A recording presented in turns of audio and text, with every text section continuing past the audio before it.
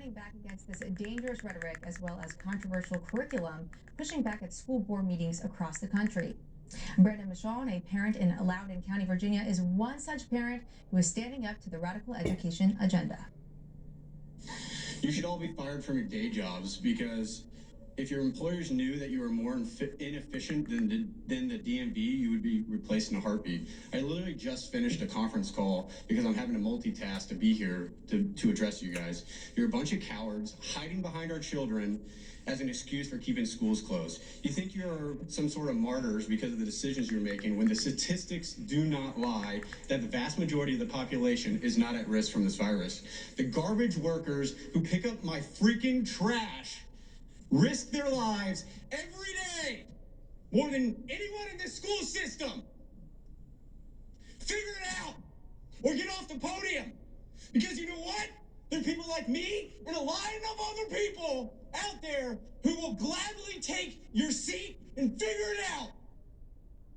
Courageous man is now taking his campaign for change to the next level by running for Congress. And joining us now is that man candidate for Virginia's 10th Congressional District, Brandon Michon. Brandon, thanks for being here today. Thanks, Dana, for having me. So I don't know, in that first video that we played, the teacher removing the student, as a parent, I'm guessing this is pretty personal to you. I can't imagine you as a parent, you would want a public educator to be putting their hands on your child. What do you make of that? What's the direction our schools are going in?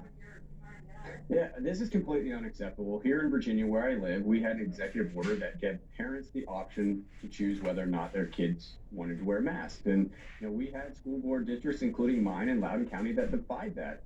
When that got overturned by the court and the law of the state, I heard just today that there was a student who cut the hair of another student because they... So, looking at this at a national standpoint, what is your take on Biden? And if you are elected to Congress, would you consider enacting the 25th Amendment to either impeach or remove him? I get asked that quite often, but look at who's backing him up. The second and third on the bench. I don't know if that's going to be much better, right? Do you want Nancy or do you want Kamala in that seat? I mean, we're in a tough situation. I mean, we're seeing it right now on a global scale where people don't respect our country. We need to get back to the basics. The core foundation of our country is fractured. We need to get back to educating our children. We need to get back to safety of our communities, and we need to get back to a strong foothold within our economy. If we cannot have a good foundation, all the other pillars don't matter. With regards to President Biden, look, I don't want to necessarily comment on that because look at who's next on the bench. It's not going to be much better. Yeah, well said. Well, I hope you do get an endorsement from Republican Governor Glenn Youngkin. Not that you'll need one, but it does add a little boost. So thank you so much for your time. Republican congressional candidate Brandon Michon, thanks for being here. All right, up next, Joe Biden's cognitive decline and the dangerous repercussions with the current crisis around the globe. Stay with us. To the walls. The national landmark was created for a man.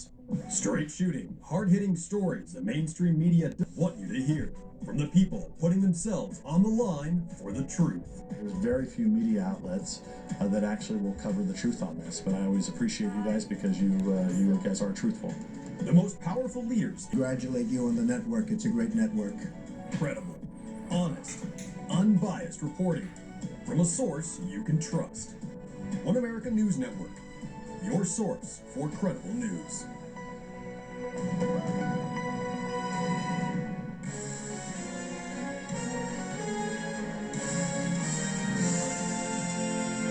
Your nation, your news. One America News Network.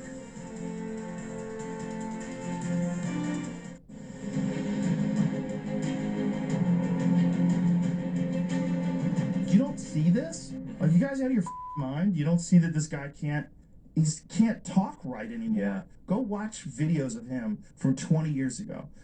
He was a dummy. He said a lot of silly shit. He lied about a bunch of things, but at least he was articulate. He could, like, ever see the Clarence Thomas hearing where he's talking to Clarence Thomas about natural law, and then Clarence Thomas later is talking about it. He's like, I did not know what the he was talking about. But he's having this thing, and I know what we're talking about here. Other people might not know, but and I know what we're talking about. Clarence Thomas like, I don't know what the they're talking about. But I'm just going to let you. That was Biden his whole life. Popular podcaster Joe Rogan points out the patently obvious: Joe Biden's cognitive decline. With each passing day, it's becoming more and more evident that our so-called commander-in-chief is grossly out of touch with reality. He's also been caught red-handed over the years, twisting the truth. Watch. I mean, Obama, like, famously said during the election, he hopes Joe doesn't this up, because that's what he did. Like, he would lie about his experience. He would lie about his background and education. He would lie about his record. He would lie about all kinds of things. Yes. He lied about graduating in the top of his class. Yes. He lied about having more than 1 degree. Dude, He lied about marching with Mandela. Oh, yeah. He lied about his arrests recently. He lied about being arrested the first time I was arrested. Believe it or not, the liberal mainstream media back in the day actually held Biden to account for his pattern of half-truths and gross exaggerations. Senator Joseph Biden may have more explaining to do. The new questions stem from taped remarks of Biden during an April campaign appearance in New Hampshire. I went to law school on a full academic scholarship, the only one in my class to have a full academic scholarship. Went back to law school and in fact ended up in the top half of my class. I was the outstanding student in the political science department at the end of my year. I graduated with 3 degrees from undergraduate school and 165 credits, only needed 123 credits. Biden now concedes he did not graduate in the top half of his law school class, that he does not have 3 degrees from college, and that he was not named outstanding political science student in college. Newsweek says Biden actually went to school on a half scholarship, ended up near the bottom of his class, and won only 1 degree, not 3. Joe Biden ranked 76th in a class of 85 at the University of Syracuse Law School. I mean, this guy comes off this whole thing as a flyweight. Now Biden says Newsweek is right. His memory had failed him. The total embarrassment. Not only has Biden been caught up in his blatant lies, he's also proven to be a plagiarist. On the more than one occasion, Sleepy Joe has echoed the sentiments of others, word for word, trying to advance his political career.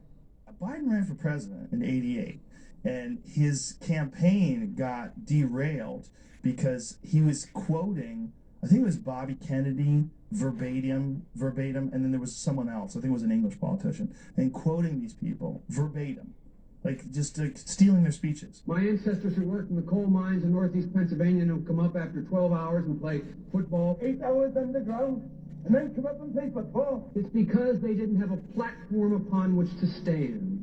There was no platform upon which they could stand. The notion that every thought or notion or idea you'd have to go back and find and attribute to someone, I think is, quite frankly, ludicrous. Well, Biden quit the race within a week after being caught, issuing a statement that still resonates to this day.